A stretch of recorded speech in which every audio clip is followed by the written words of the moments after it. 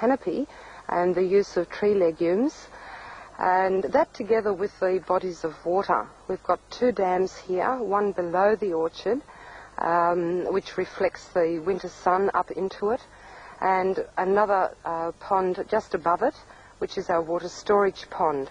The water moderates the temperature of the site, especially in the evenings and early mornings. It absorbs the warmth of the sun and reflects the sun's light and heat during the day in winter.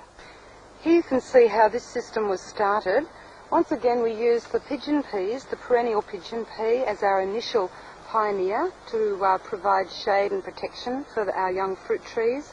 It fixes nitrogen in the soil, and you can cut it back to release that nitrogen and use the tops as mulch.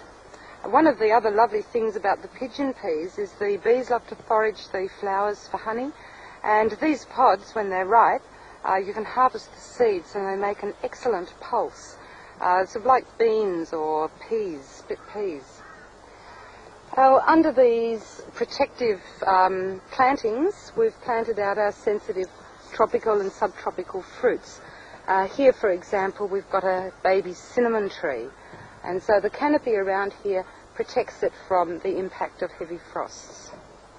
And underneath, we've got a ground cover of sweet potatoes growing around.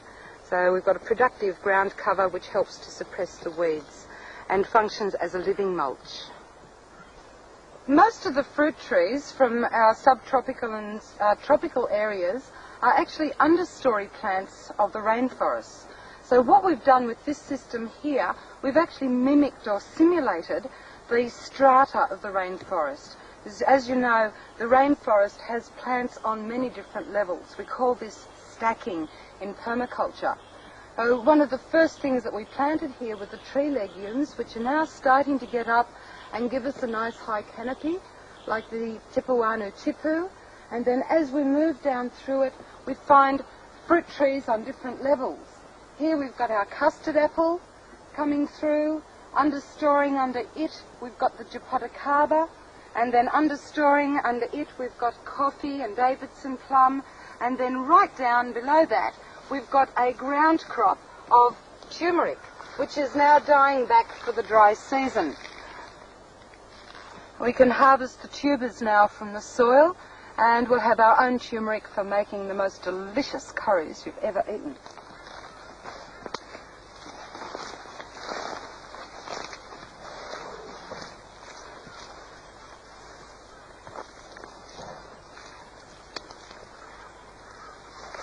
So here you can see the tubers.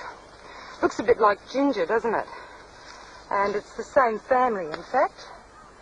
And this is where you get that lovely yellow turmeric spice from. In your Asian food, it's used fresh. And it's simply grated up fresh, and this will store for a long time, just like ginger will. For the dried powder, which is used in the Indian cooking, you boil the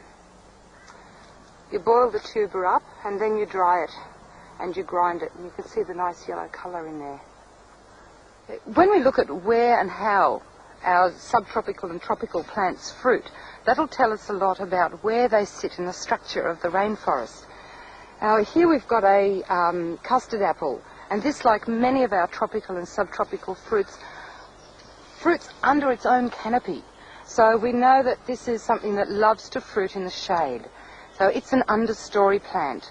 Whereas things like mangoes, they will flower and fruit on the edge of the plant. So they're actually a canopy or an edge species. So they won't want to grow underneath the canopy of the tree legumes like this one. Included in the understory, we've got actually a lot of spice plants that we can grow. This one here is cardamom. This is the leaf cardamom, so this one you actually use the leaves for your flavouring. It doesn't produce the commercial pods, but you can also get the commercial pod-producing cardamom, and it has got the most beautiful aroma. It's a very vigorous growing, clumping herb, and we also cut this back as part of our mulch regime. Also in our ground story, we've got this galangal. It's one of the major spices that you use for all your Thai and Asian cooking. No Thai curry or Indonesian dish is complete without its galangal root in it. And that's understoring under this wampi tree here, which in turn understories under a jackfruit, which is just starting to creep up above it, over on the other side. This is a lovely subtropical fruit. It can actually handle a very light level of frost. It's got similar requirements to citrus. Here we've got a baby coffee bush. That's also an understory plant, and it's actually important that coffee is grown under canopy. That's now being promoted as an important part of sustainable agriculture in the tropics, is having the tree canopies over the coffee plants.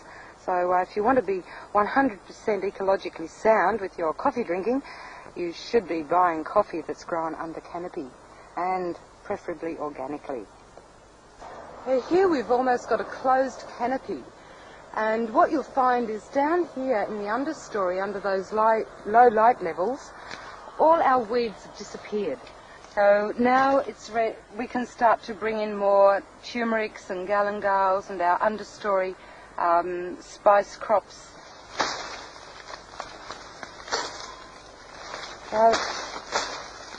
With the tree legumes, whenever we cut them back, we're actually releasing nitrogen for the surrounding fruit trees, and it soon breaks down on the ground as mulch. So over here, these guys, we can simply harvest them out, and they are a great source of mulch.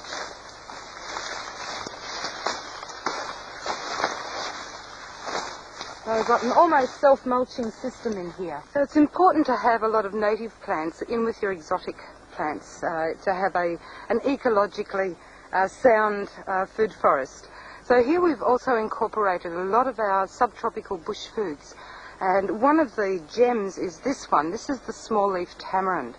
It bears a very delicious fruit. The juice of it is a great substitute for the Indian tamarind juice, and also makes a very refreshing tart summer drink.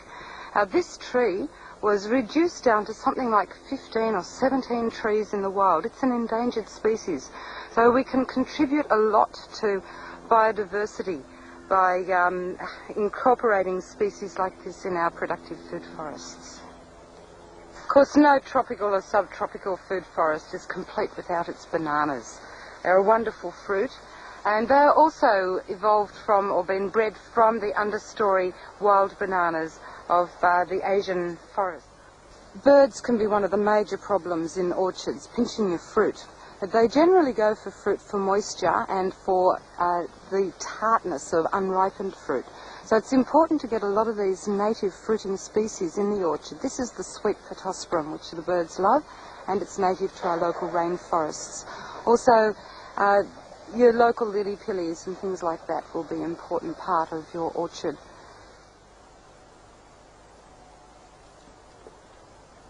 So here we've got a lovely canopy walk around our dam wall, where we can look right into the canopy of the trees, and we see the tree legumes starting to actually come up and branch out, shading the understory underneath. These canopy trees will be thinned out over the next couple of years. They're about 3 times the density that we'll require for the long-term system.